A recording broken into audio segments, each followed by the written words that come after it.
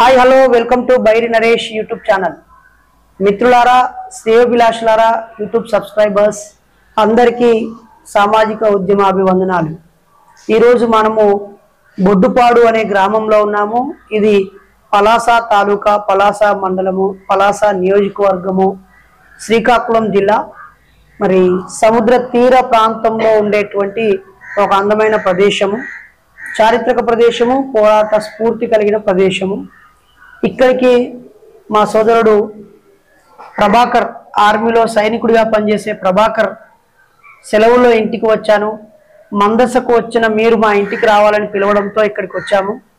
ఇక్కడికి వస్తూ దారిలో వాళ్ళ ఇంటికి వెళ్తూ ఉంటే, మామిడిపల్లికి వెళ్తూ ఉంటే ఈ బొడ్డుపాడు యొక్క ప్రత్యేకతను నాకు వివరించాడు. చాలా కరపత్రాల్లో, పుస్తకాల్లో, టీవీల్లో, ప్రముఖుల ప్రసంగాల్లో ప్రస్తావించబడ్డ ప్రదేశం ఇది.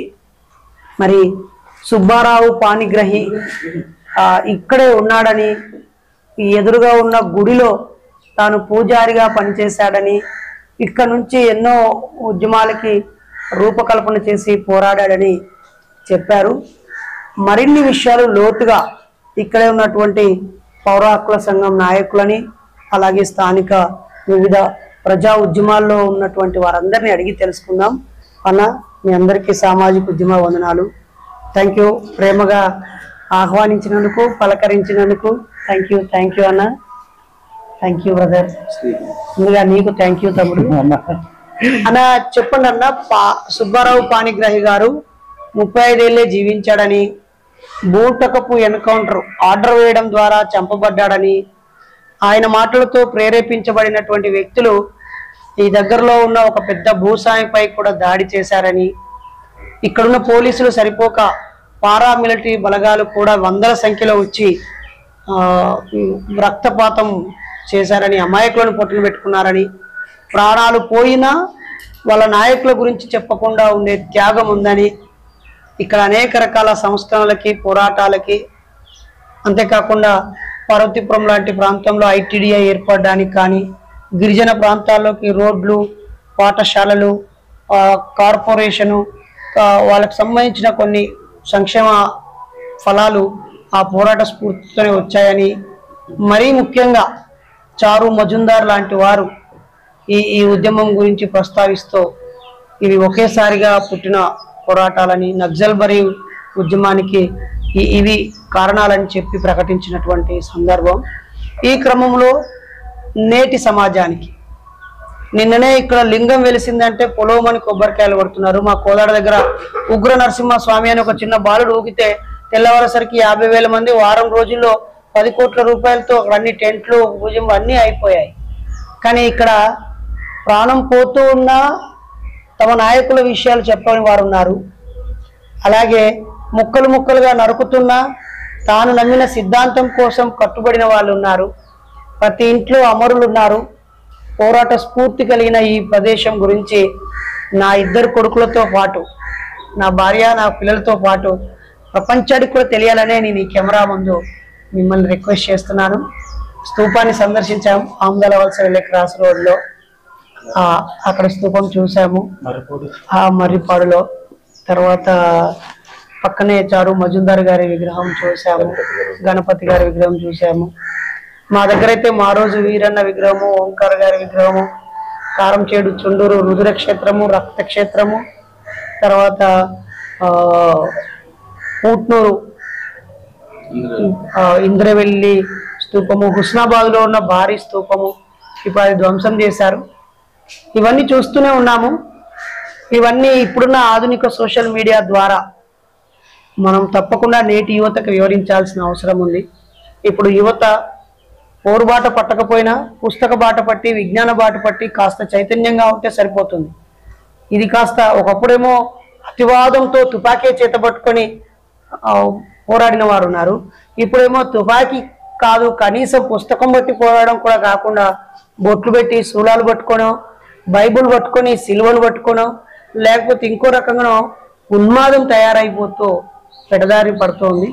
ఈ క్రమంలో మీకు మీ పెద్దల ద్వారా తెలిసిన సుబ్బారావు పాణిగ్రహి గారి గురించి చెప్పాల్సిందిగా కోరుతున్నాను. నరేష్ గారు, మీరు ఈ కార్యక్రమం తీసుకునేందుకు ఉద్యమాభివందనాలు. బాహ్య ప్రపంచానికి బొడ్డపాడు చరిత్ర, అందులో పాణిగ్రాహి యొక్క చరిత్ర, ఇది తెలియచెప్పాలని చెప్పేసి ఆ ఇంట్రెస్ట్ని మేము గౌరవిస్తా ఉన్నాం. తెలియాలి కూడా. అయితే ముఖ్యంగా పాణిగ్రాహి కోసం చెప్పుకునేటప్పటికి ఆయన బ్రాహ్మణ కుటుంబంలో పుట్టినటువంటి వ్యక్తి. వాళ్ళు బారువ గ్రామంలో పుట్టారు. వాళ్ళ నాన్నగారు పురోహితం చేస్తూ జీవిస్తున్నారు. దగ్గర 4 చెల్లెమ్మలతో ఒక పెద్ద కుటుంబం. ఈయన 7వ క్లాస్ వరకు కూడా బారువాలని చదువుకున్నారు. ఒక విచిత్రమైనటువంటి అంశం ఏమిటంటే, బ్రాహ్మణ కుటుంబంలో పుట్టి ఆ బ్రాహ్మణీయ భావజాలాన్ని కలిగినటువంటి ఆ కుటుంబంలో ఈ బ్రాహ్మణీయ భావజాలమే ఈ దేశంలో ఉన్నటువంటి అసమానతలకు, కుల వ్యవస్థకు, అలాగే మత విధ్వంసాలకు, మత ఫ్యాసిజానికి కారణమని చెప్పేసి ఆ 8వ తరగతి చదువుతున్న ఆవేశంలోనే ఆయన కనుక్కోవటం కానీ దాన్ని పరిశీలన చేసే ఆ దృక్పథాన్ని అయితే మాత్రం అది ఊహించలేనటువంటి ఒక పరిణామ క్రమం. ఎందుకనంటే ఒక నిమ్న కులాల్లో లేదా పీడనకు గురైన కులాల్లో పుట్టిన వాళ్ళు తిరగబోవడంలో పెద్ద విషయమేం లేదు. ఎందుకంటే అణిచివేత, ఆ వివక్ష, ఆ అవమానంలో నుంచి కసిగా పుట్టుకురావచ్చు.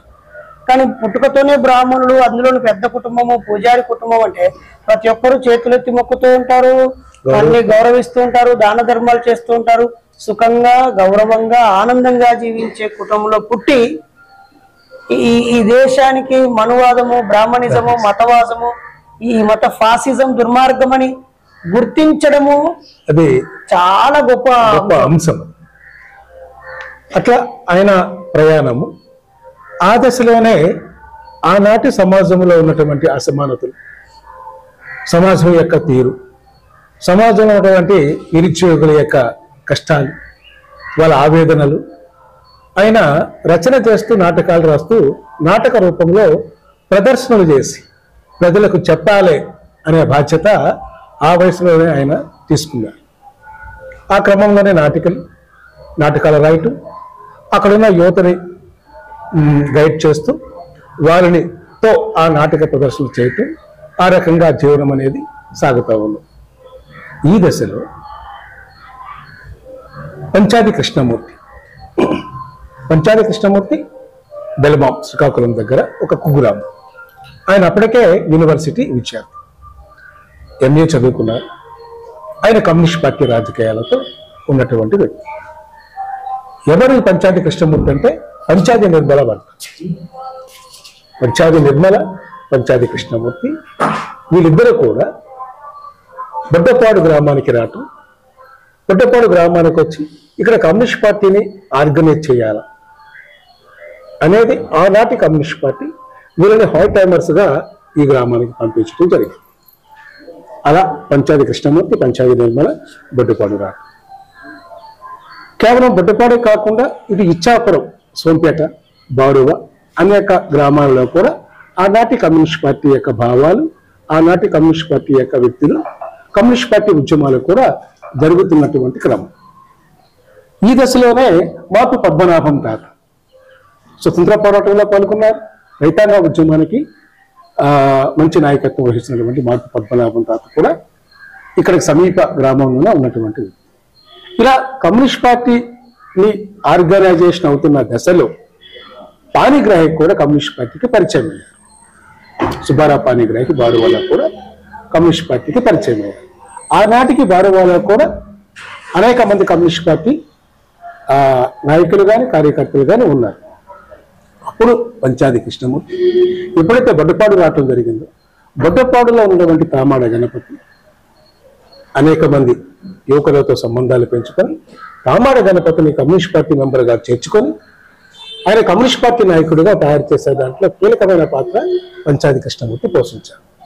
అలా గణపతి గారు, పంచాది కృష్ణమూర్తి, నిర్మల అనేక మంది వ్యక్తులు కూడా పాణిగ్రాహి లాంటి ఒక యువకుడిని, ఆదర్శ భావాలు కలిగి ఉన్నటువంటి ఒక యువకుడిని మనం కమ్యూనిస్ట్ పార్టీలో చేర్చుకోవాలి, కమ్యూనిస్ట్ పార్టీ ఆయనకి నాయకత్వం వహించాలి అనుకొని ఆనాటి కమ్యూనిస్ట్ పార్టీ సుబ్బారావు పాణిగ్రాహిని బారుగా నుంచి బొడ్డపాడు తీసుకొని రావడం జరిగింది. అలా బొడ్డపాడులో ఆయన స్థిర నివాసం ఏర్పడింది. వచ్చిన తర్వాత ఆయన మొదట ఇదే శివాలయంలో పూజారిగా ప్రారంభించాడు జీవితాన్ని. అప్పటికే పిల్లలది, ఆయనకో భార్య సురేఖ పాణిగ్రాహి, అలాగే కుటుంబ సభ్యులు, ఒక చెల్లెలు చిల్లులేఖ భర్త, ఒక తమ్ముడు హేమచంద్ర పాణిగ్రాహి, మొత్తం కుటుంబం కూడా బారువా నుంచి బొడ్డపాడు షిఫ్ట్ అయ్యారు. ఇక్కడికి వచ్చాక ఈ శివాలయంలో పూజారిగా జీవితాన్ని ప్రారంభించటం, వచ్చినటువంటి భక్తులకి, వచ్చినటువంటి ప్రేక్షకులు ఎవరైతే ఉన్నారో వాళ్ళందరికీ కూడా తనకు వచ్చినటువంటి శ్లోకాలని చదివి ఆ శ్లోకాలలో ఉన్నటువంటి భావాలని చెప్పటం, ఈ శివలింగం యొక్క పుట్టిక ఏమిటి ఈ శివలింగం అని లోతైనటువంటి విశ్లేషణ చేసి భక్తులకు చెప్పటం అనేది ఆనాటి సమాజంలో చాలా సాహసపేతమైనటువంటి చర్య. ఇప్పుడు చైతన్యం వచ్చినది, దేవుడి పట్ల ఒక చర్చ సాగుతున్నది, సైన్స్ అభివృద్ధి అయింది, ఫలితాలు చూస్తున్నాం. ఈ దశలో దేవుడి కోసం మాట్లాడినటువంటి మీ మీదే దాడి జరిగినటువంటి అది వేరే 2024 కాలంలో 68, 70 నాటి 70వ దశకంలో 50 ఏళ్ల క్రితం 55 ఏళ్ల క్రితం ఎట్లుంటుంది సమాజం? ఆ సమాజంలో వచ్చిన భక్తులకి అంధవిశ్వాసం, అంబేద్కర్ మీటింగ్ కమ్యూనిస్ట్ ఎక్కడ చెప్పడం వేరే, మాట్లాడడం వేరు. గుడిలో విగ్రహాన్ని పెట్టుకొని లింగాన్ని పెట్టుకొని దాన్ని పూజించడం కోసం వచ్చిన భక్తులకి ఒక బ్రాహ్మణుడైన తానే చెప్పడం అనేది విషయం. అలా ప్రారంభమైంది ఆయన జీవితం. గొప్ప విషయం ఏమిటంటే ఈరోజు భారత సమాజానికి ఏదైతే అవసరం అనుకుంటున్నాము, ఏ విప్లవోద్యమం అయితే అవసరం అని చెప్పేసి అనుకుంటున్నాము, ఏ మార్పు అయితే ఆశిస్తున్నారు, మీరు ముందుగా ప్రస్తావించినట్టుగా చారు మజుందారు, నక్సల్బరి, శ్రీకాకుళ పోరాటాలు, ఆ పోరాటాల యొక్క అనుభవాలు, ఆ పోరాటాల యొక్క స్ఫూర్తి, రచనలు, సాహిత్యం పాట రూపంలో చెప్పటం కూడా ఎక్కడంటే ఆయనకి ప్రత్యేకమైన లైబ్రరీ, గ్రంథాలయాలు, అక్కడ కూర్చొని అంటే ఉదారవాద మేధావులు ఉంటారు, వాళ్ళన్ని పుస్తకాలు క్రోడీకరించుకొని ఏ శిబిరంలో కూర్చొని ఊహిస్తూ ఉంటారు ఇటువంటి సమాజం. అలా కాకుండా అదే శివాలయము, అదే ఆ మండపం మీద పిల్లలతో ఒక వైట్ పేపర్ తెప్పించుకొని, ఒక పెన్ను తెప్పించుకొని, ఒక సిగరెట్ కాల్చుకుంటూ రచన చేసేవాడే. అప్పటికప్పుడు ఆ స్వరూపం సిగరెట్ ప్యాకెట్లు, ఆయన సిగరెట్ అలవాటు అనేది ఉండేది. ఆ సిగరెట్లు అయిపోయిన తర్వాత ఆ ప్యాకెట్ల మీద రచన చేసేవాడు. ఈరోజు భారతదేశంలో అన్ని భాషలలో కూడా అనువాదమై అన్ని కమ్యూనిస్ట్ పార్టీలకి ఒక జాతీయ గీతం ఉన్నటువంటి కమ్యూనిస్టులం మేము కష్టజీవులం, అవునన్నా కాదన్నా అదే ఇష్టం, అది అన్ని భాషల్లో అనువాదమైంది. అలా మొదలైనటువంటి ఆయన రచన ఎరపంటే కొందరికి భయం అట్లా వచ్చిన ప్రోగ్రాం కూడా ఆయన తీసుకున్నాడు. ఎట్లంటే 60వ దశకంలో భారతదేశంలో కాకుండా ప్రపంచ దేశాలు జరుగుతున్నటువంటి విప్లవాలను కూడా చూస్తాం. తూర్పులోని కొండలన్నీ జేగురించి ఎర్రబారి అరుణోదయ కాంతులేని అంధకార మరువోసాగి పాలక వర్గానికంట పతనమది చేరువాయి భూస్వాములు. అట్లా అంటే ప్రపంచ దేశాల్లో జరుగుతున్నటువంటి విప్లవాత్మకమైన మార్పులను వచన రూపంలో చెప్పటం అంటే తను ఎంత జ్ఞాని అంటే, ఎంత సిద్ధాంతకర్త అంటే,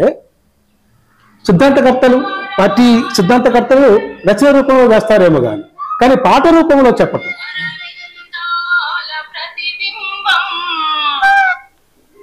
అనే దగ్గర ఆయన ప్రత్యేకత, తనకున్న జ్ఞానం, సమాజం పట్ల అనుకున్న ఆ డెడికేషన్, కమ్యూనిస్ట్ పార్టీ జ్ఞానం, అది మనం భాష కూడా లేదు చెప్పటానికి. అదే సమయంలో శ్రీకాకుళ పోరాటం, నక్సల్బరీ పోరాటం చారు మజుందార్ నాయకత్వంలో ప్రారంభం అవటం, అది శ్రీకాకుళం పోరాటం, ప్రధానంగా పాలకొండ, పార్వతీపురం ఏజెన్సీలో వెంపటాపు, ఆదిభట్ల కైలాసం ఆ నాయకులతో అక్కడ పోరాటాలని జరుగుతున్న క్రమం, అక్కడ మేడి సత్యం భూస్వామి మంగన్న కోరలను చంపేయటం, వెంపటాపు, ఆదిభట్ల ఆ గిరిజన పోరాట రూపాలని బాని కట్టి అది ఒక ప్రోగ్రాంగా తయారు చేసి ప్రజల యొక్క బాణి జమ్ముకు బట్టి శ్రీకాకుళ పోరాటం జరుగుతున్నటువంటి సాయుధ పోరాటాన్ని పాట రూపంలో కథలుగా చెప్పడం అనేది అది ఒక ప్రత్యేకమైన పరిస్థితి. ఉద్యమం జరుగుతున్నప్పుడు, ఒక ప్రాంతంలో ఉద్యమం జరుగుతున్నప్పుడు బాహ్య ప్రపంచానికి ఈ ఉద్యమం యొక్క రూపాన్ని, ఈ ఉద్యమం యొక్క సారాంశాన్ని, ఈ ఉద్యమం యొక్క ఫలితాలని, ఆ పోరాట రూపాలను చెప్పడం అనే దగ్గర చాలా వెనుకడుగు అవుతున్నది. భారత విప్లవోద్యమ క్రమంలో మనం చూసినాం. ఒక గద్దెర కానీ, వంగపండు కానీ, ఇట్లా ఒక సుద్దాల అశోక తేజ కానీ, తెలంగాణ రైతాంగ సాయుధ పోరాటంలో మనకు కనపడతాయి. అలాగే శ్రీకాకుళ పోరాటంలో మాత్రం వెంపటాపు ఆదిపట్ల చేసినటువంటి ఆదివాసీ పోరాటాలు, శ్రీకాకుళ గిరిజన రైతాంగ సాయుధ పోరాటాలు పాట రూపంలో రాష్ట్ర వ్యాప్తంగా జముకుల కథ ప్రదర్శన చేయటం అనేది చాలా గొప్ప సాహసోపేతమైనటువంటి నిర్ణయం. దానికి మన వాళ్ళు ఏం చెప్తారంటే, పుచ్చలపేట సుందరయ్య సమావేశము విజయవాడలో జరుగుతుంది, వేరే ప్రాంతం కావచ్చు, నాకు ఐడియా లేదు. అలాగే సుబ్బారావు పాణిగ్రాహి యొక్క జముకుల కథ కూడా ఆ పక్కనే జరుగుతుంది. సుందరయ్య లాంటి మార్కిస్ట్ మేధావి ఎన్నో పోరాటాల నాయకత్వం వహిస్తున్నటువంటి అంటే భూమి పంచిన వ్యక్తి, పిల్లలే వద్దనుకున్న వ్యక్తి, అసెంబ్లీకి చాలా నిరాడంబరంగా విప్లవానికి ఆదర్శమైనటువంటి ఎన్నో రకాలుగా. ఈ ప్రోగ్రాం కన్నా పాణిగ్రాహి యొక్క జముకుల కథకే అశేషమైన ప్రజలు అక్కడ చేరారు, ఆ ప్రోగ్రాన్ని విజయవంతం చేశారు.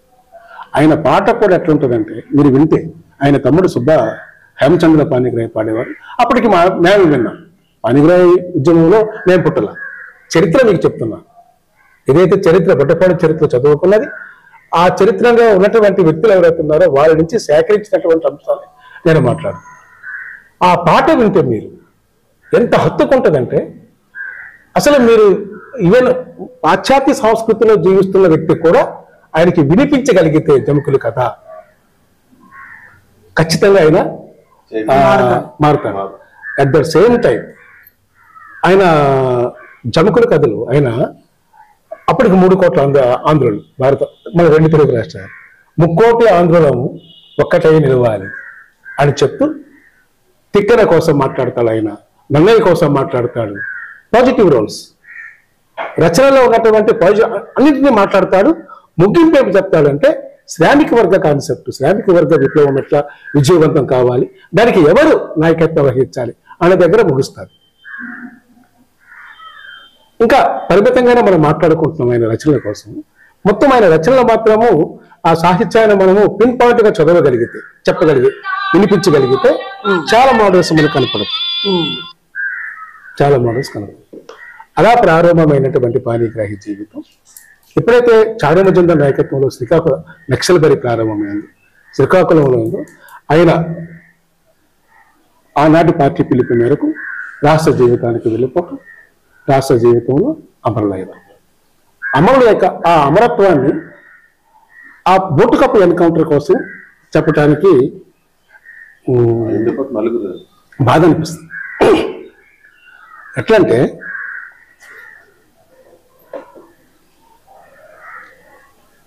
ఒక సంఘటన చరిత్ర చెప్తున్నటువంటి పంచాది కృష్ణమూర్తి, పంచాది నిర్మలకి ఒక బాబు, ముందు ఒక అమ్మాయి తమ కుటుంబం దగ్గర పెట్టేసి ఉద్యమాలకు వస్తారు, రాష్ట్ర జీవితంలోకి వస్తారు. నిర్మల, పాణిగ్రాహి. అక్కడ బాబు విశ్వం అని బాబు పుడతాడు. ఆ బాబుకి పాణిగ్రాహి పేరు పెడతాడు, విశ్వం. అక్కడ ఉన్నటువంటి కండిషన్స్ మూలంగా బిడ్డ ఇబ్బంది అవుతున్నాడు అని చెప్పేసి అని బిడ్డని కుటుంబ సభ్యుల దగ్గర పెడతారు. కొన్ని కారణాల రీత్యా మళ్ళీ బిడ్డని పంచాయతీ నిర్మల దగ్గరికి రావడం జరుగుతుంది. అప్పటికే 67 ఈ హాలు మే 27 మొట్టమొదటిగా శ్రీకాకుళ పోరాటంలో మొట్టమొదటిగా అమరులైనటువంటి వీరులు పంచాది కృష్ణమూర్తి, ఒక 7 కామ్రేడ్స్. వాళ్ళ యొక్క అమరత్వ రోజు ఈ హాలు ఓపెన్. ఈ హాలు ప్రత్యేకత అంటే మొత్తం శ్రీకాకుళ పోరాటాలు, భారత విప్లవోద్యమంలో అమలైనటువంటి అమరుల యొక్క జ్ఞాపకమే. కాకపోతే జరిగే రోజు మాత్రం మే 27 పంచాది అమరత్వ రోజు. మొట్టమొదటి కూడా అమరులు కూడా. ఈ దశలో పాణిగ్రాహి పంచాది కృష్ణమూర్తి గారు అప్పటికే అమరులై ఉంటారు. దళ కమాండర్ గా పాణిగ్రాహి ఉంటారు. చరిత్ర చెప్తున్నటువంటిది అప్పుడు పంచాయతీ నిర్మల, అంకమ్మ, సరస్వతులందరూ కూడా సభ్యులుగా ఉంటారు. పోలీసులు వస్తూ ఉంటారు. పోలీసులు వచ్చిన తర్వాత ఈ బాబు విశ్వం అని పెట్టామే పంచాయతీ నిర్మల వాళ్ళ అబ్బాయి అంటే ఏడుస్తాడు అనమాట. ఈ కేకలు వినబడితే శత్రువు ఎక్కడ పోలీసులకి మన ఆచూకు తెలిసిపోద్దని చెప్పేసి గుడ్డను తీసుకొచ్చి ఆ విశ్వం నోట్లో బిడ్డని శబ్దం రాకుండా ఇలా గట్టి పెట్టేసి ఆపుతుంది అనమాట. కొంచెం మరొక 2 నిమిషాలు అయితే పెట్టి చనిపోతాడు. అంటే ఇక్కడ మనం అర్థం చేసుకోవాల్సింది ఏంటంటే ఏది ముఖ్యం. ఒక తల్లి తన బిడ్డ కేకల మూలంగా తమ దళము తన అనుచరులు పోలీసులకు దొరికిపోతే వాళ్ళు చంపేస్తారు. నాకు విప్లవోద్యమం ముఖ్యం తప్ప నా బిడ్డ కాదు అన్నటువంటి భావం మనకు అర్థమవుతుంది. అంటే అట్లాంటి వీరోచితమైనటువంటి వ్యక్తుల పంచాయతీ మిగతా. ఆ క్రమంలో పోలీసులకు దొరుకుతారు పాణిగ్రాహి, అంకమ్మ, సరస్వతి, వీరందరూ మహిళా కామ్రేడ్స్ 4, అలాగే పాణిగ్రాహి. ఈ రంగమటయ్య కొండలో దొరుకుతారు. పోలీసులు బొట్టుకప్ప ఎన్కౌంటర్లో చంపేస్తారు. చంపేసినప్పుడు ఆ బాడీని నగ్నంగా, అంటే ఎంత దురహంకార చర్య అంటే అసలు మనుషుల వీళ్ళు మానవత్వం ఉన్నత రాజ్యమైతే అవ్వచ్చు కాదు. రాజ్యానికి కొన్ని షరతులు ఉంటాయి, కొన్ని చట్టాలు ఉంటాయి. నగ్నంగా మనసా వీధుల్లో పడేస్తారు. మనసా వీధి అంటే ఎంత దురహంకారం ఒక మనిషి పట్ల.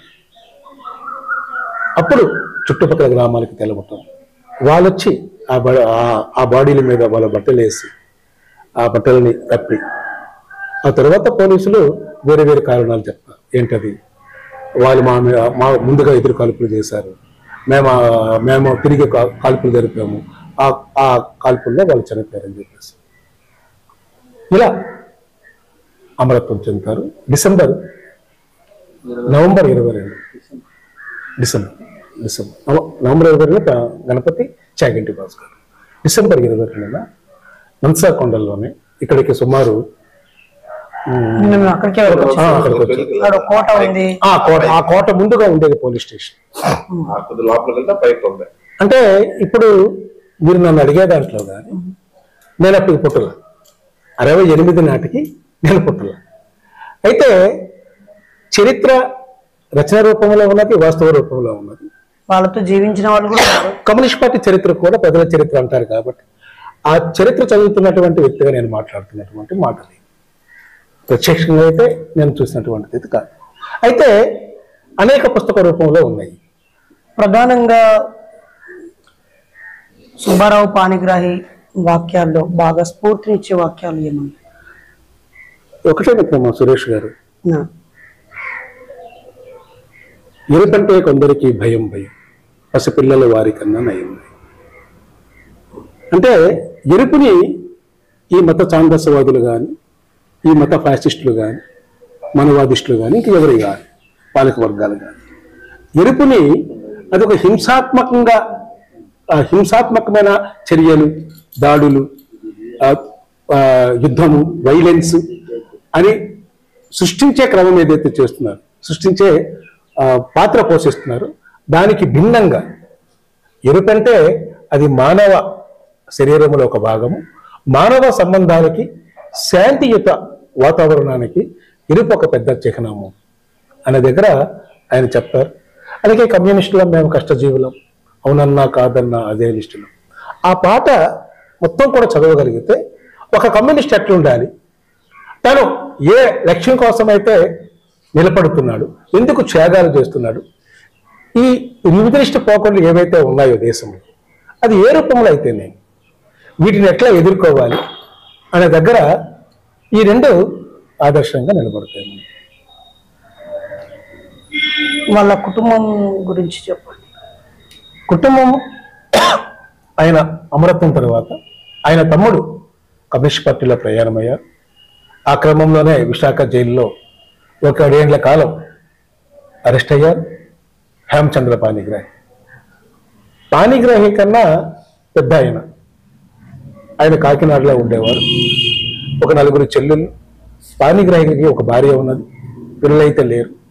తమ్ముడు పిల్లలు నిరంజన పాణిగ్రాహిని, ప్రస్తుతానికి ఆయనే పూజారి. ఒక మాట విన్నాను, అది ఎంతవరకు నిజం లేదా వాళ్ళ అభిప్రాయాలు ఏమిటి? ఏకంగా ఈ గుడిలో ఉన్న విగ్రహాలతో మీకు ఉపయోగం లేదు, వీటిని పూజించడం కన్నా మీరు పోరాడాలని అన్నాడని, కొన్ని చోట్ల విగ్రహాలని ఆయన స్ఫూర్తితో కొన్ని చోట్ల విగ్రహాలు తీసేస్తారని, ఇది ఏదో రకరకాలుగా విన్నాను. అది వాస్తవాలు కూడా మీరు చెప్పండి మీరా? అదేంటే ఉద్యమం చాలా స్పీడ్ గా ఉన్నటువంటి సమయంలో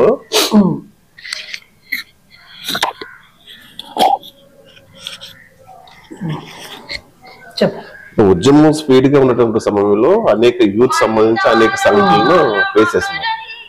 ఇప్పుడు మీరు అన్ని మాటలు అది యాక్టివ్ వాస్తవం. అది ఇక్కడ మనకి దగ్గర మీరు ఆ రూట్ లో వచ్చి ఉంటారేమో. ఇక్కడ పెద్ద చింతల పొలం అని చెప్పేసి పెద్ద కట్టి పెద్ద సంబరాలు చేశారు. ఆ సంబరాల సమయంలో కూడా సారాయి కూడా తేడం జరిగింది. అంటే ఒక పక్క భావవాదం ఎలా బలోపేతం అవుతుంది, దీన్ని ఎలా తిప్పుకోవడానికి సైంటిఫిక్ గా కొద్దిమంది శక్తులు ఉన్నాయి. ఇది సరైనది కాదు, ఇది సరైన పద్ధతి కాదు, దీన్ని అవేర్నెస్ చేయాలి పేద ప్రజలకు అని చెప్పేసి ఆయన కూడా తీసుకురావడం జరిగింది. ఆయన చాలా ఎక్కువగానే ఈ దేవుడు వీటి కోసం చాలా గట్టిగా మాట్లాడాడు. ఎవరు? సారయ్య. ఇదే మాట్లాడినప్పుడు కూడా యాంటీ ఇది కూడా వచ్చేసింది. మరి కొద్దిగా అయితే ఇంకా కొట్టే పరిస్థితి కూడా వచ్చింది అన్నమాట. ఆ క్రమంలో అనేక ఒడిదుడుకులు ఎదుర్కొన్నారు యూత్ సంబంధించి. మా టైప్ ఆఫ్ బాగున్నట్టు. ఇప్పుడు సుబ్బారావు పాణిగ్రాహి గారు నిజంగానే విగ్రహాలను తొలగించే పిలుపు కూడా ఇచ్చాడు. దానికి వ్యతిరేక ఇప్పుడు మీరు చెప్పారు ముందు స్టార్టింగ్ మన శివాలయంలో కూర్చున్నప్పుడే ఈ భావజాలం ఎక్కింది కొద్దిమందికి. అప్పుడు ఇక్కడ చింతల పొలమ్మ కొన్ని విగ్రహాలు అంటే ఇది చెక్కేయటం, మూర్తి చెవులు తీసేయటం, ఇవన్నీ తీసేసి పీకేసి మన యూత్ సంబంధించి బయటపడేసాం. తీసేయడం ఇటువంటి సంఘటనలు కూడా అంటే ఇప్పుడు మిత్రుడు రామారావు చెప్పినది రీసెంట్ గా యొక్క గొప్పతనం ఏంటంటే చాలా వాస్తవాలు. భక్తులు వస్తారు, ఆ శివలింగం ఉంటుంది, కొబ్బరికాయ కొడతాడు ఆయన, కొబ్బరికాయ దాని మీద పోస్తాడు, శ్లోకాలు ఉండవు, శ్లోకాలు పూర్తిగా ఉండవు. ఇంకా ఆయనకు వచ్చినటువంటి పదాలు మాట్లాడతాడు, అర్థమయ్యే భాషలో ఆయనకు వచ్చినటువంటి పదాలు మాట్లాడతాడు. ఇంకా ఒక అడుగు ముందుకెళ్తే వ్యంగ్యంగా కూడా కామెంట్ చేస్తాడు.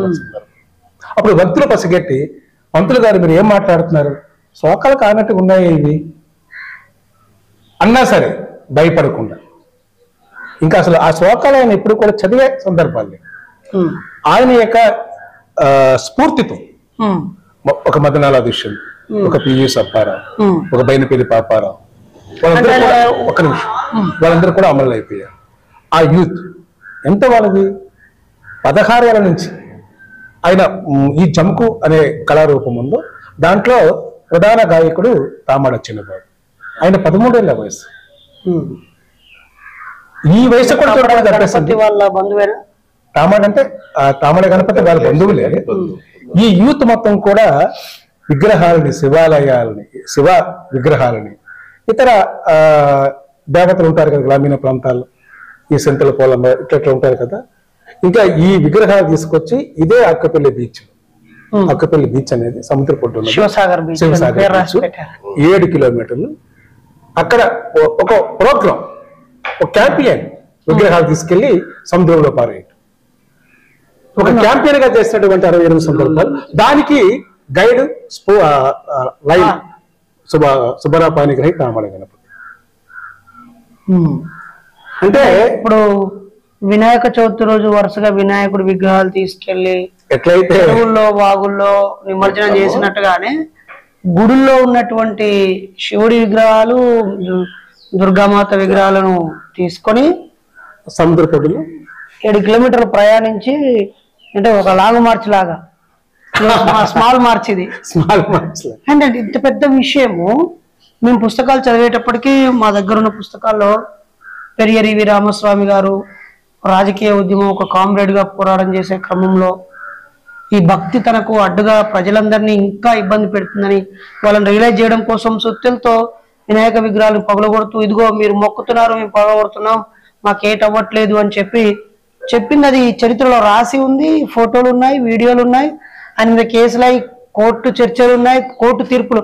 నీకు మొక్కే హక్కు ఎలా ఉందో ప్రశ్నించే హక్కు, దాన్ని పగలగొట్టే హక్కు కూడా వాడికి అలాగే ఉంది.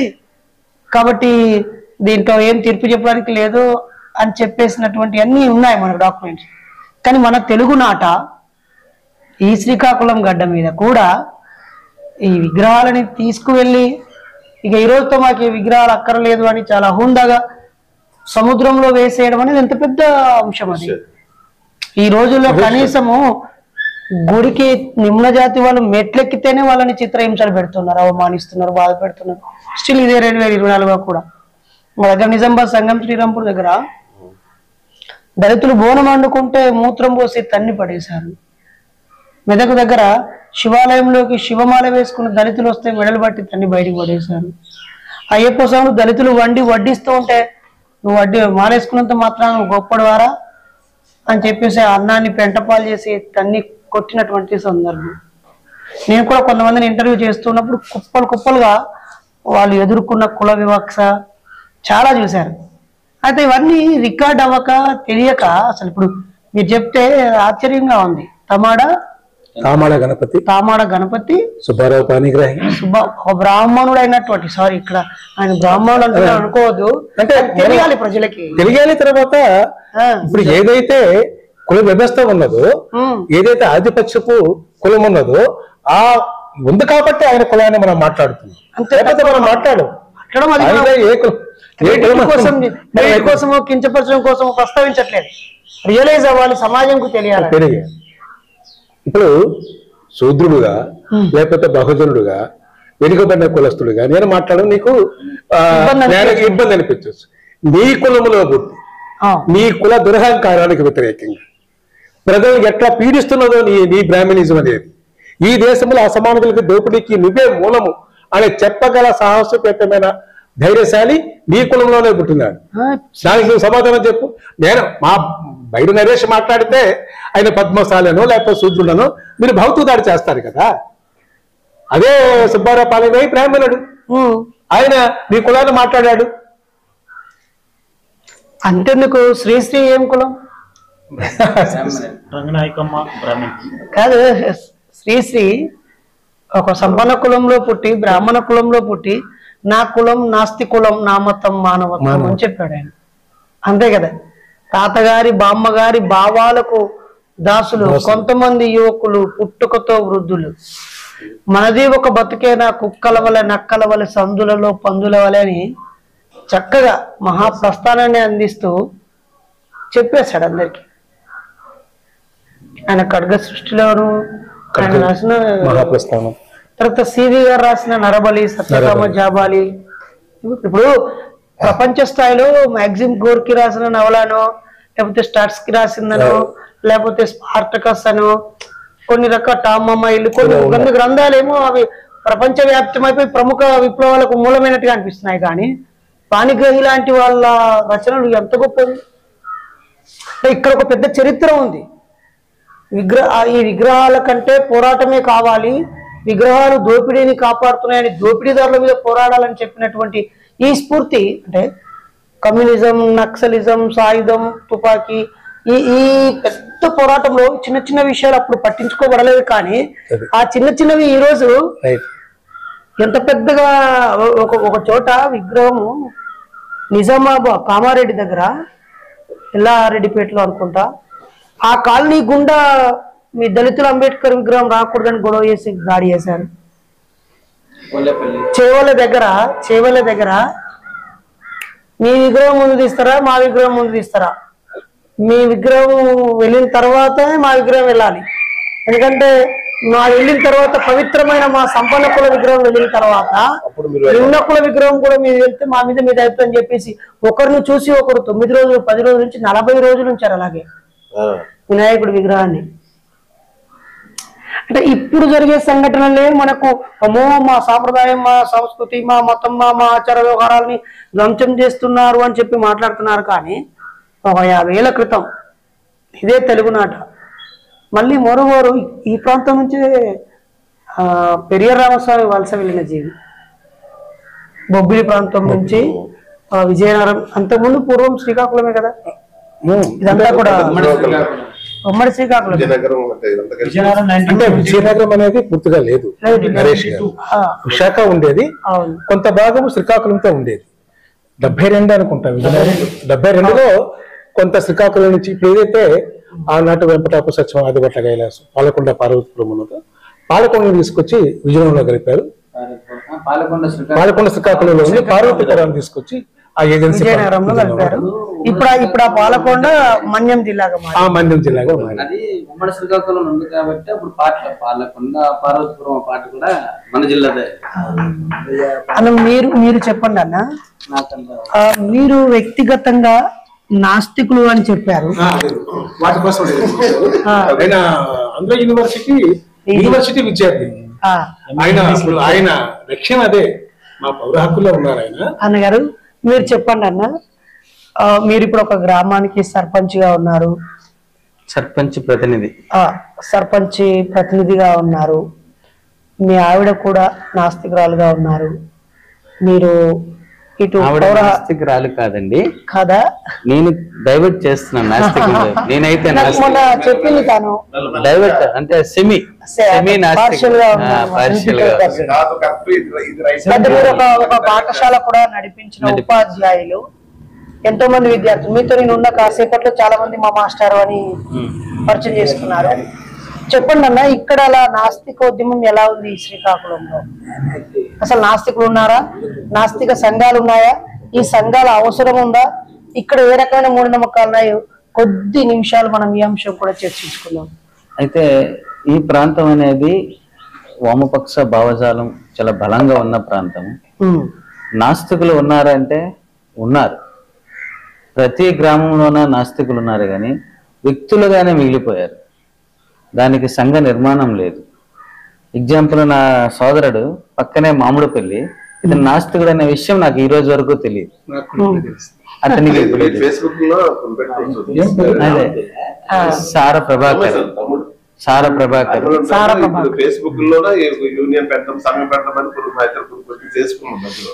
అయితే ఇక్కడ విప్లవోద్యమ భావజాల ప్రచారం ఉంది, కానీ నాస్తికోద్యమ భావజాల ప్రచారం అయితే ఎక్కడ లేదు.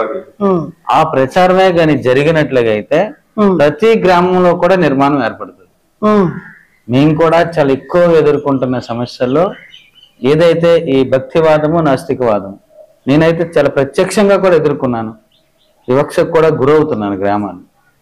నేను ప్రశ్నిస్తుంటే తిరిగి సమాధానం చెప్పకుండా మొదటిగా వితండవాదం అంటున్నారు, కాదు అని వాదిస్తే పిచ్చోడు అంటున్నారు.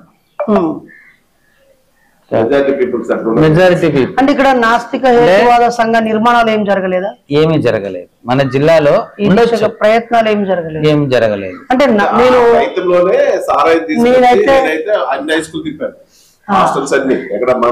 నిర్మాణం ఏమైనా చేశారా? కార్యకర్త ఉంటే కార్యక్రమం అవుతుంది. ప్రచారకుడు వస్తే ప్రచారం చేసి వెళ్తాడు, నాయకుడు వస్తే సందర్శించి వెళ్తాడేమో, కానీ ఒక కార్యకర్త ఉంటే కార్యానికి రూపం వస్తుంది, క్యాడర్ వస్తుంది. ఈ క్యాడర్ అవసరమైన చోటికి వెళ్ళి శిక్షణ పొందుతుంది. ఆ తర్వాత నిర్మాణం అవుతే ఇక్కడికే నాయకత్వం పుట్టుకొస్తుంది. నేను పార్వతీపురంలో యాళ్ళ సూర్యనారాయణ గారు అని ఒక ఆయన పెద్ద ఆయన ఉండేవారు. ఆయన దగ్గరికి తరచుగా వచ్చేవాడిని. పూరి గుడిసె అని ఒకటి ఉండేది, అక్కడ మహానుభావుల విగ్రహాలు కూడా పెట్టాడు. అందులో 2004లో మహాసభలు జరిపినప్పుడు వచ్చాను, 20 ఏళ్ల క్రితం. నేను పార్వతీపురం తర్వాత 2023, 2024లో నేను ఈ ప్రాంతంలో కార్యక్రమాల కోసం వచ్చాను. 26లో నేను ఒక్కడనే సీతమ్మపేట ఏదో ఊరు ఉంటుంది, అక్కడ చిల్లంగి పేరుతో మనిషిని చంపితే ఆయన పిలిస్తే వచ్చాను. తర్వాత చల్లవారిపేట వచ్చాను, మందసకు వచ్చాను, టెక్కలి వచ్చాను, బారువాలో గవర్నమెంట్ జూనియర్ కాలేజ్ ఉంటుంది, సాలూరుకు వచ్చాను, రాజాం వచ్చాను, తర్వాత పార్వతీపురం వచ్చాను, ఈ ఇచ్చాపురం హై స్కూల్లో కార్యక్రమం ఇచ్చాను, సోంపేట హై స్కూల్కి వచ్చాను నేను. తర్వాత డిగ్రీ కాలేజీ, బారువా దగ్గర ఒక డిగ్రీ కాలేజీ కూడా ఉంటుంది, డిగ్రీ కాలేజీలో అప్పుడు గౌతులచ్చన సమాధిని కూడా చూశాను నేను అప్పుడు వచ్చి. తర్వాత పంతులు గారి భవనం ఒకటి ఉంటది కదా, వీరేశలింగం పంతుల గురజాడ అప్పారావు గారు అక్కడ. తర్వాత అటు పాతపట్నం వెళ్ళాను, చుట్టుపక్కల ఈ జిల్లాలో మా జిల్లా మొత్తం కవర్ చేశారు మీరు చెప్తారన్నీ.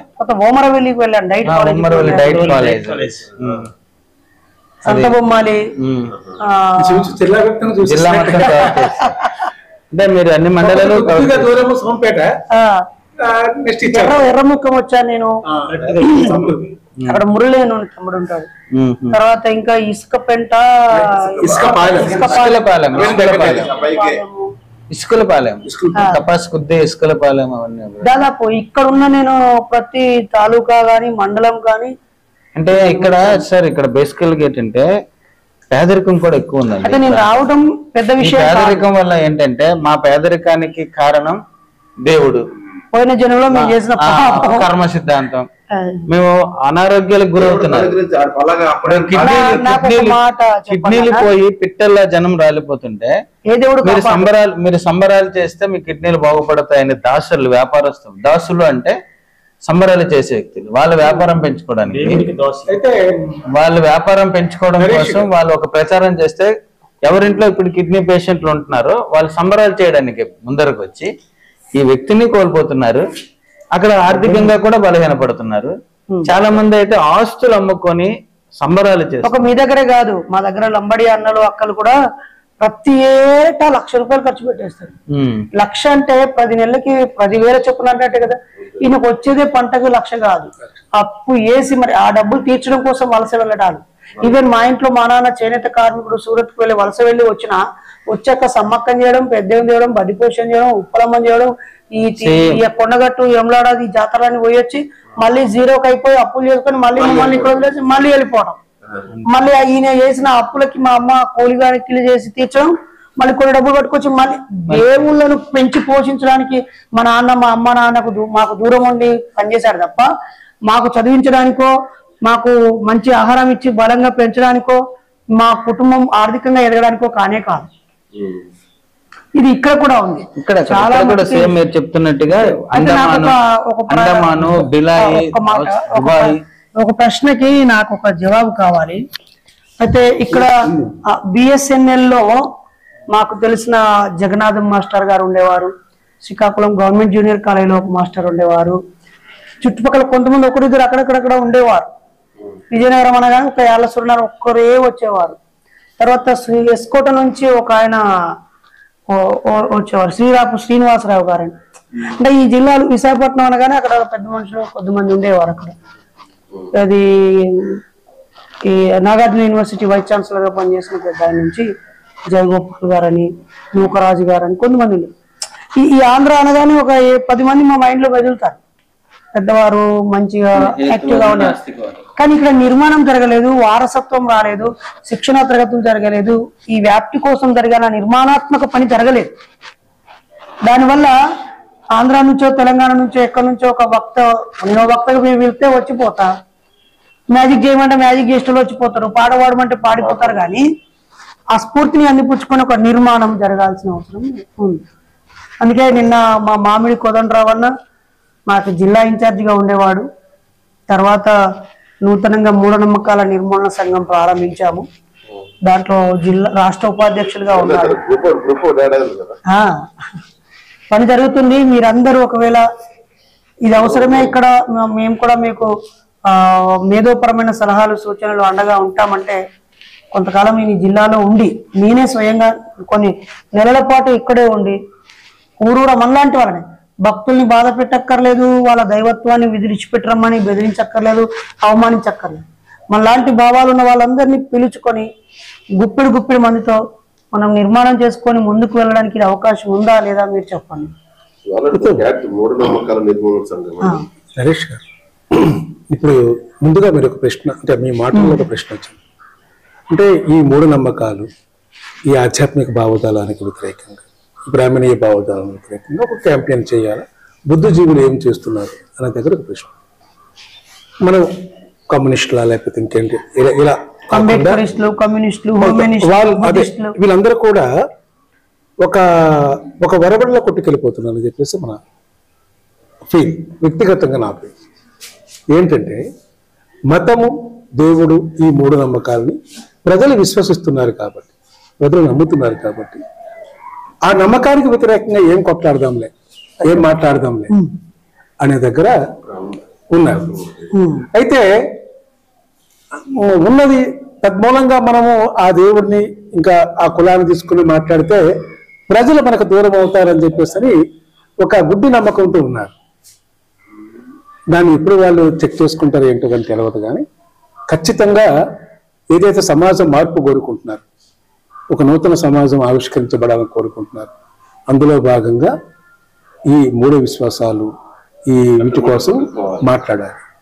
ఇప్పుడు బీజేపీ అధికారంలోకి వచ్చిన తర్వాత మత ఫ్యాసిజము, హిందూ మత ఫ్యాసిజము అని మాట్లాడుతున్న మనము ఈ దేవుడు ఈ మత అంధవిశ్వాసాల వ్యతిరేకంగా మూఢనమ్మకాలు కూడా ఇమిడి ఉన్నాయా లేదా? మత ఫ్యాసిజానికి వ్యతిరేకంగా, హిందూ మత ఫ్యాసిజానికి వ్యతిరేకంగా మనం మాట్లాడాలి, కొట్లాడాలి. దేవుడు మతము ఏ కాకుండా సామ్రాజ్యవాదము, పెట్టుబడిదారు వర్గం కూడా ఒక దశలో అభివృద్ధి అవుతుంది. కాబట్టి ఈ మొత్తం మూమెంట్ చూసి మనము ఫ్యాసిజం అంటున్నాం అని చెప్పేసి చాలా మంది అభిప్రాయం ఉండొచ్చు కాదు. అందులో భాగంగానే బీజేపీ దేనిని తీసుకొస్తున్నది? ప్రధానంగా దైవత్వాన్ని తీసుకొచ్చి అభివృద్ధపడుతున్నది. కాబట్టి రాజకీయాలే ఇప్పుడు ఈ పని ఒక 100 ఏళ్ల క్రితం అంటే 1925 ఏర్పడిన కమ్యూనిస్ట్ పార్టీ చాలా చురుకుగా చేస్తుంటే పోషించుంటే ఎట్లుండేది? అసలు ఇప్పుడు వీళ్ళ పప్పులు ఉడికేవి కాదు. అసత్యం ఇంత పెద్దగా కనిపించిన సత్యం అనే ఒక చిన్న నిప్పు కనుక ఆ అసత్యాన్ని కాల్చివేస్తారు. భావవాదము భౌతికవాదం కూర్చుని మాట్లాడుకుంటే భక్తివాదానికి ఆధారాలు ఎక్కడ ఉంటే నిరూపణ ఎక్కడ సాధ్యం అవుద్ది? అంటే ఈ మాట మీరు ఒక పౌరాకుల సంఘంలో ఉండి ఒక కమ్యూనిస్టు ఉద్యమాల్లోంచి పుట్టి పెరిగిన వారసత్వంలోంచి ఈ మాట అంటే పర్వాలేదు. మా బోటి వాళ్ళంటే మీ అంటే కమ్యూనిస్టులు నిజంగానే లెనినిస్టులు, మావోయిస్టులు, నూతన ప్రజాస్వామిక విప్లవం కోరుకునే వాళ్ళు దేవుడి పట్ల భక్తి పట్ల స్పష్టత లేకపోవడం వల్లే మీరు ప్రాణాలు త్యాగం చేశారు, పోరాటాలు చేశారు, భూములు పంచారు. కానీ వాళ్ళకి ఈ అజ్ఞానాన్ని తుంచకపోవడం వల్ల మీరు పంచిన భూమిని ఆక్రమించింది, మీరు ఇచ్చిన చైతన్యాన్ని బొందబెట్టింది. మీ ప్రాణ బలిదానాల కన్నా అర్థం లేని రాళ్ళు రప్పులు కీర్తించబడుతున్నాయి, ప్రాణత్యాగాలు పట్టించుకోబాబు లేవు.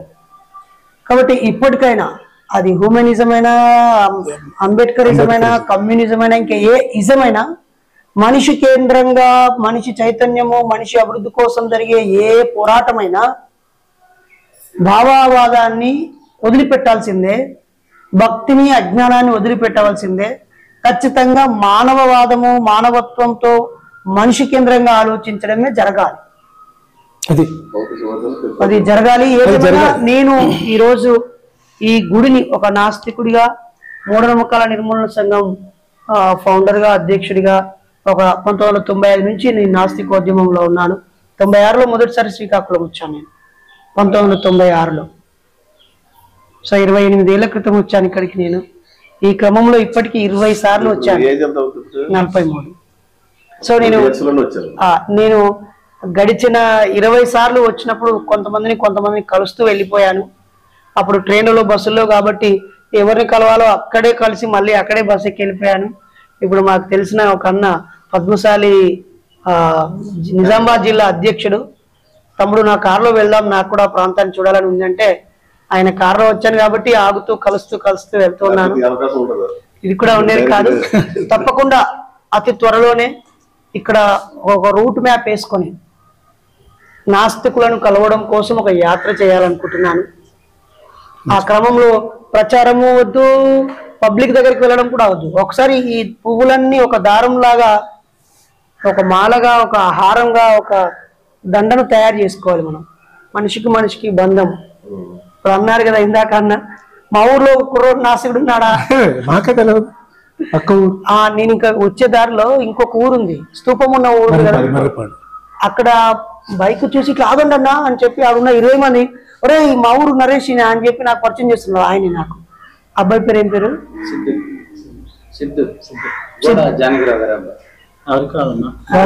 ఎంత ఎంత గణేష్ అని ఆశ్చర్యం. ఈ బొట్టుపాడు యువజన సంఘ అధ్యక్షుడు, టీచర్. Hi hi. నేను ఆశ్చర్యపోయా ఆ అబ్బాయి.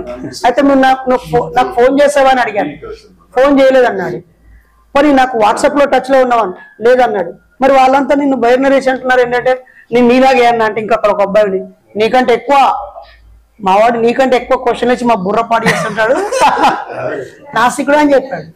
నాకు ఆశ్చర్యం అనిపించింది, సంతోషం అనిపించింది. ఏమైనా డ్రింక్స్ తాగుతారా?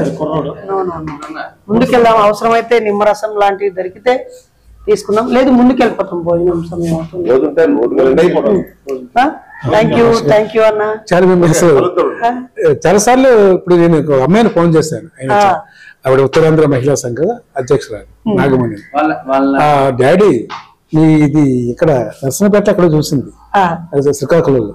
డాడీ బైరి నరేష్ గారు స్పీచ్ కావాలి డాడీ అని రోజు అంటుండేది నాకు. అందుకు అమ్మాయికి ఫోన్ చేస్తా, లేదు ఈ అన్న వాళ్ళు కూడా దారిలో వెళ్తూ ఆగారు అంతే కదా. నాగమణి డాడీ ఎవరొద్దు డాడీ బైరి నరేష్ తీసుకొచ్చి తెలుసు. నేను నిన్నట్టుండే ఫాలో అప్ అవుతున్నాను, ఎక్కడికి వస్తున్నారు, ఎక్కడ ఉంటారు,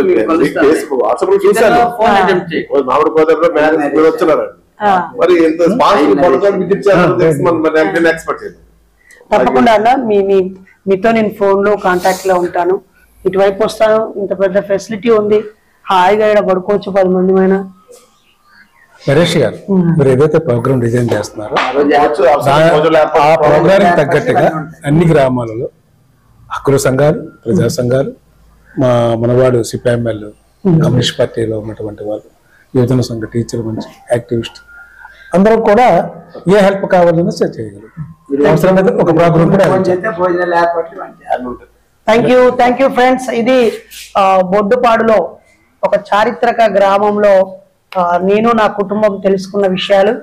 కేవలం మేమే తెలుసుకొని మా పిల్లలకే ఈ స్ఫూర్తి నింపడం కాకుండా మన యూట్యూబ్ ఛానల్ ద్వారా అందరూ ప్రపంచానికి ఒక డాక్యుమెంటేషన్ కావాలనే ప్రయత్నమే ఇది. మరి ఈ ఊర్లో పాఠశాలను పెడితే గవర్నమెంట్ టీచర్లు ఇక్కడికి రావడానికే నిరాకరించిన వాతావరణం ఉండేదంట. ఆ పరిస్థితిలో ఊరు ప్రజలందరూ చందాలు వేసుకొని జీతాలు ఇచ్చి మరి ప్రభుత్వ పాఠశాలలో ప్రైవేట్ ఉపాధ్యాయులను పెట్టుకొని చదువులు చెప్పించిన చరిత్ర ఉంది.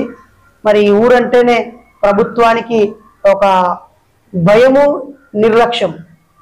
ఆ పరిస్థితుల్లో నుంచి ఇప్పుడే ఈ పల్లెలన్నీ మతం గుప్పిట్లోకి, అజ్ఞానం గుప్పిట్లోకి వెళ్తుంది.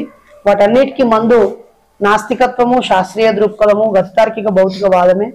మరి ఆ దిశగా అందరూ ఆలోచించాలని ఈ ఉత్తరాంధ్ర జిల్లాల్లో ఉన్న నాస్తికులు, హేతువాదులు, మానవవాదులు దయచేసి ఇక్కడున్న వీళ్ళకి కానీ మాకు కానీ కాంటాక్ట్ అవ్వాలని కోరుతూ అందరికీ సామాజిక ఉద్యమ వందనాలతో ముగిస్తున్నాం. Thank you so much.